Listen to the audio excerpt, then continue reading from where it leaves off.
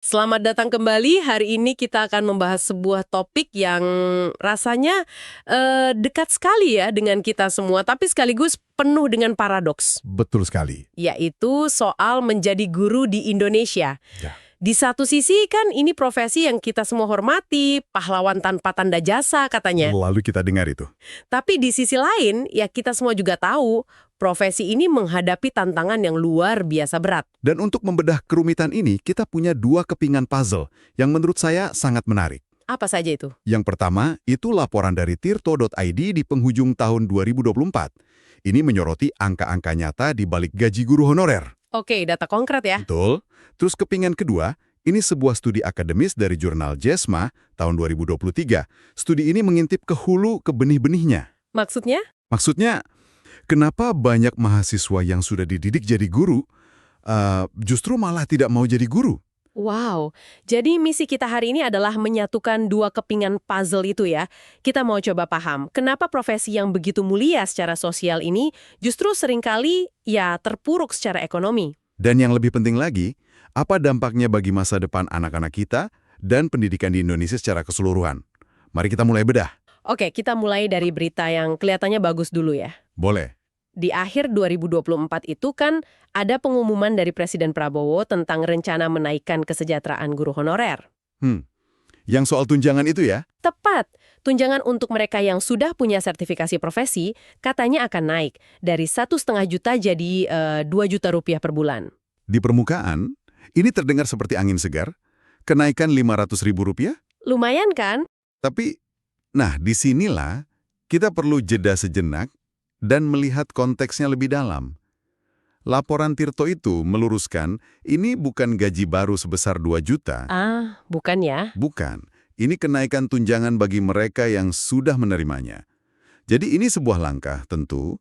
Tapi pertanyaannya, seberapa besar sih langkah ini kalau dibandingkan dengan kondisi dasarnya yang sebenarnya? Nah, di sini datanya mulai membuat kita mengernyitkan dahi. Silakan. Artikel Tirto itu mengungkap kenyataan pahit di lapangan. Di banyak daerah, gaji pokok seorang guru honorer itu cuma di kisaran 300.000. Rp300.000. Sampai ya 1 juta per bulan. Angka yang bahkan kan sulit kita bayangkan untuk hidup sebulan di kota besar. Jelas jauh sekali di bawah upah minimum regional atau UMR. Jauh sekali. Mari kita coba pecah lagi, biar lebih terasa dampaknya. Artikel itu memberikan sebuah perhitungan yang sangat membuka mata. Gimana itu?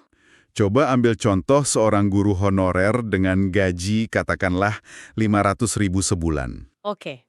Kalau dia bekerja sekitar 120 jam dalam sebulan, itu standar jam mengajar, artinya upah per jamnya itu cuma sekitar 4.000 sampai 5.000 rupiah. 4.000 perak per jam itu lebih rendah dari tarif parkir di beberapa mall. Betul.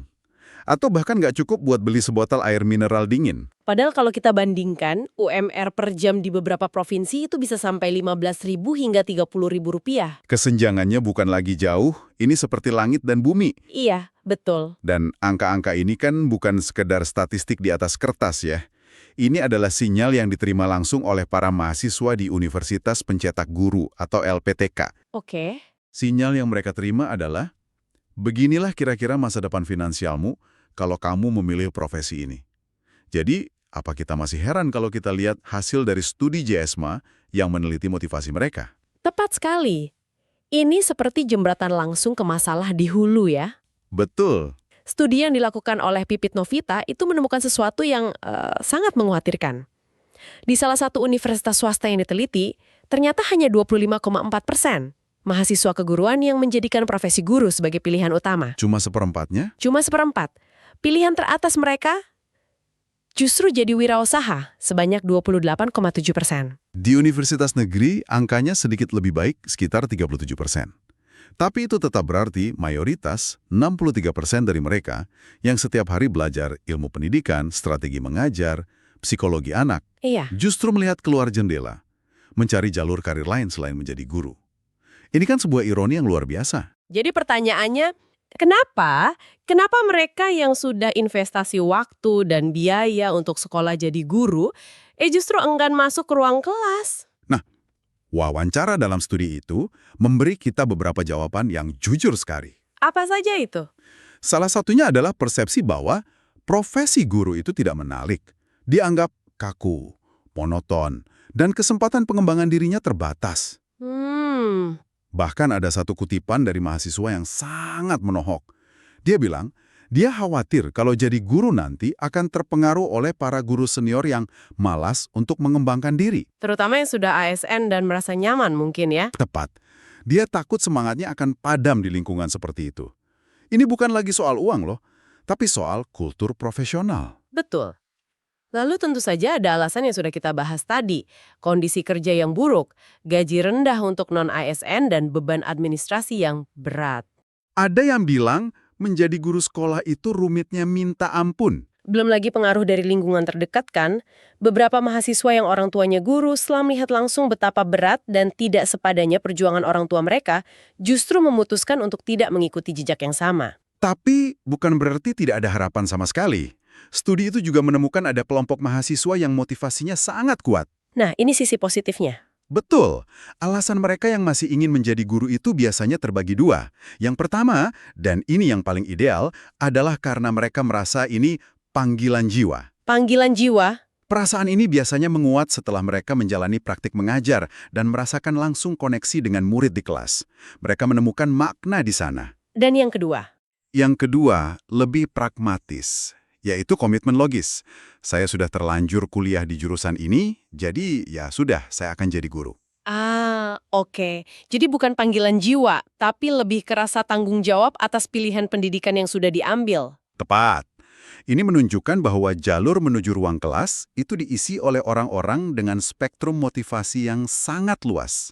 Dari yang paling idealis sampai yang ya paling pasrah. Dan semua keraguan dan motivasi ini terjadi dalam sebuah sistem yang sangat kompleks. Benar. Kalau kita kembali ke masalah gaji tadi, pertanyaannya adalah, kenapa bisa serendah itu? Nah, artikel Tirto itu menjabarkan beberapa akar masalahnya.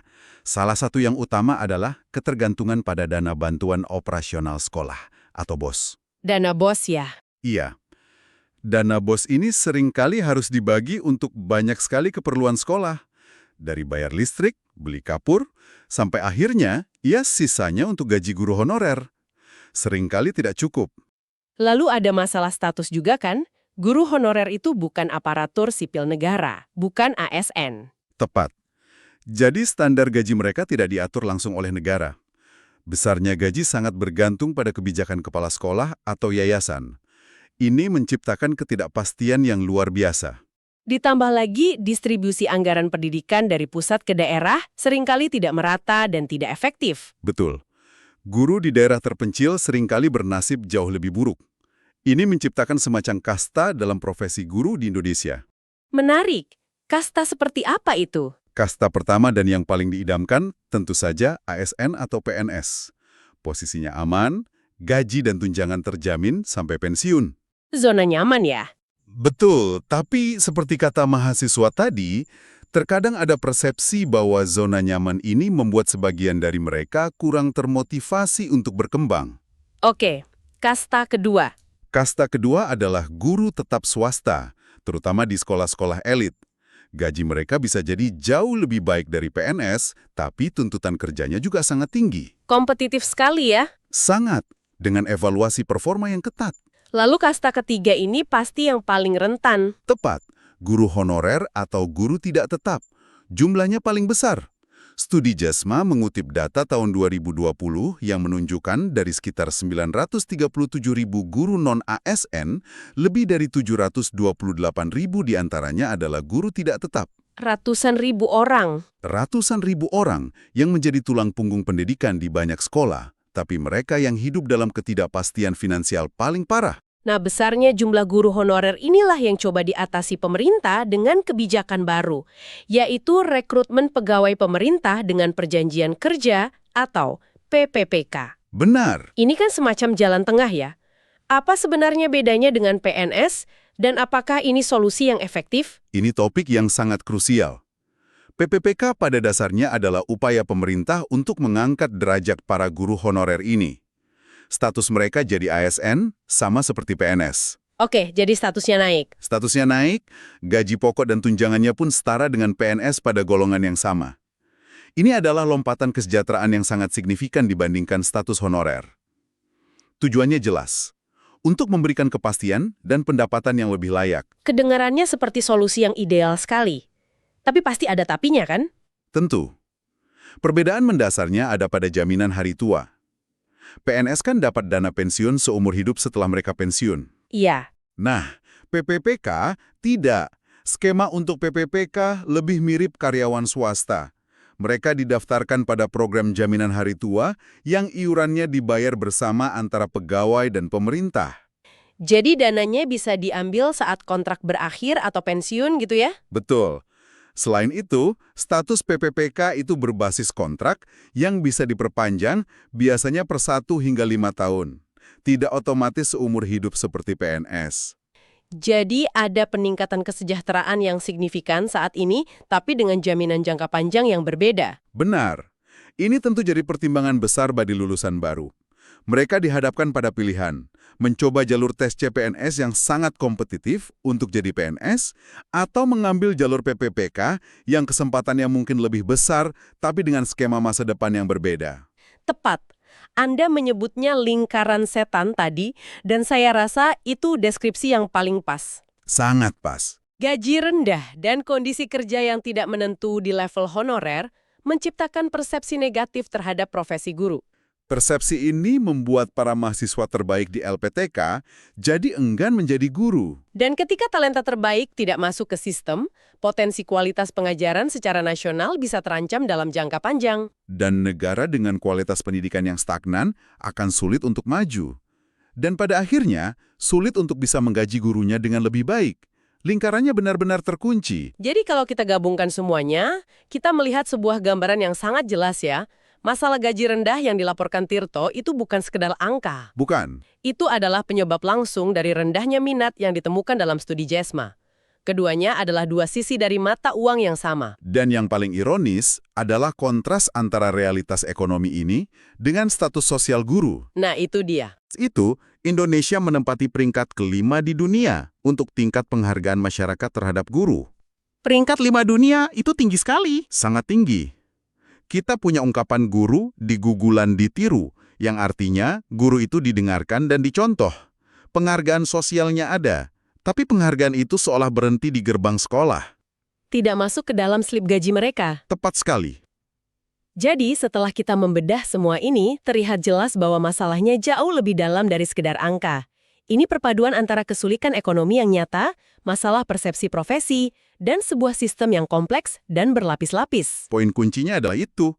Penghargaan sosial yang tinggi itu ternyata tidak cukup untuk membuat sebuah profesi menjadi pilihan karir yang menarik dan kompetitif di abad ke-21. Benar. Solusi parsial seperti kenaikan tunjangan, meskipun patut dihargai, ya pada akhirnya hanyalah sebuah penambal untuk sebuah struktur yang butuh perbaikan mendasar. Ini bukan teka-teki dengan satu jawaban, tapi sebuah ekosistem rumit yang harus dibenahi bersama. Sebagai penutup, kami ingin meninggalkan Anda dengan satu pemikiran untuk direnungkan. Silakan. Studi CSMA yang sama menyebutkan bahwa di negara-negara dengan sistem pendidikan paling top di dunia, seperti Finlandia dan Singapura, profesi guru bukan hanya dihormati, Tapi juga, merupakan salah satu karir yang paling diminati dan paling sulit untuk dimasuki. Lulusan-lulusan terbaik dari SMA, mereka berlomba-lomba untuk bisa masuk ke sekolah pendidikan guru. ini memunculkan sebuah pertanyaan besar untuk Anda bawa pulang. Selain menaikkan gaji, yang jelas merupakan sebuah keharusan, perubahan mendasar apa lagi yang perlu terjadi di Indonesia? Perubahan dalam hal kultur, otonomi, pengembangan profesional, dan persepsi publik agar profesi guru tidak hanya dilihat sebagai panggilan jiwa yang mulia, tetapi juga sebagai pilihan karir tingkat atas yang dicita-citakan oleh anak-anak muda kita yang paling cerdas dan berbakat.